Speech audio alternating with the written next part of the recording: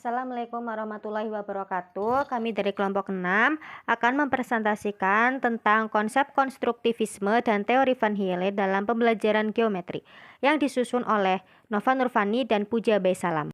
Pengertian geometri. Kata geometri berasal dari bahasa Yunani, geometrin, di mana geo artinya bumi dan metrin artinya ukuran. Maksudnya, mencakup mengukur segala sesuatu yang ada di bumi. Adapun teori konstruktivisme, yang pertama, pelajar aktif membina pengetahuan berdasarkan pengalaman yang sudah ada. Yang kedua, dalam konteks pembelajaran, pelajar seharusnya mampu membina pengetahuan mereka secara mandiri.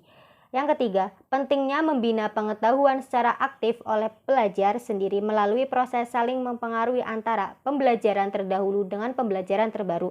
Yang keempat, unsur terpenting dalam teori ini ialah seseorang membina pengetahuan dirinya secara aktif dengan cara membandingkan informasi baru dengan pemahamannya yang sudah ada.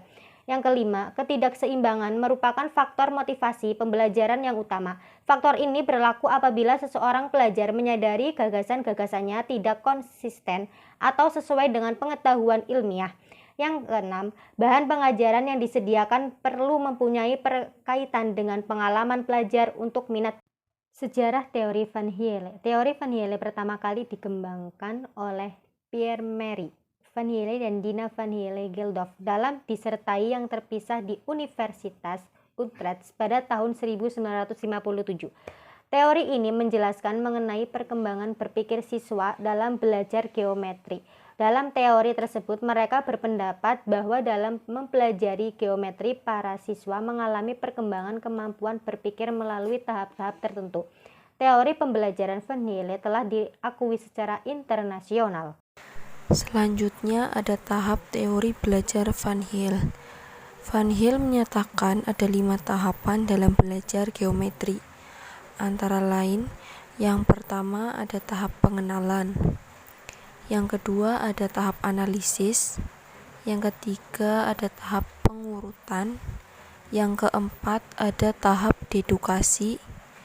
Dan yang terakhir ada tahap keakuratan.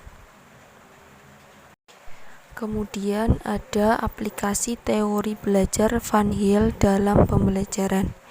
Teori belajar Van Hiele khusus diterapkan pada pembelajaran geometri saja. Tetapi menurut Van Hiele, agar anak dapat memahami geometri dengan baik, maka pembelajaran harus disesuaikan dengan tahap berpikir anak. Adapun model pemahaman segi empat menurut Van Hiele yaitu segi empat terdiri dari persegi, persegi panjang, jajar genjang, belah ketupat, layang-layang, dan trapesium.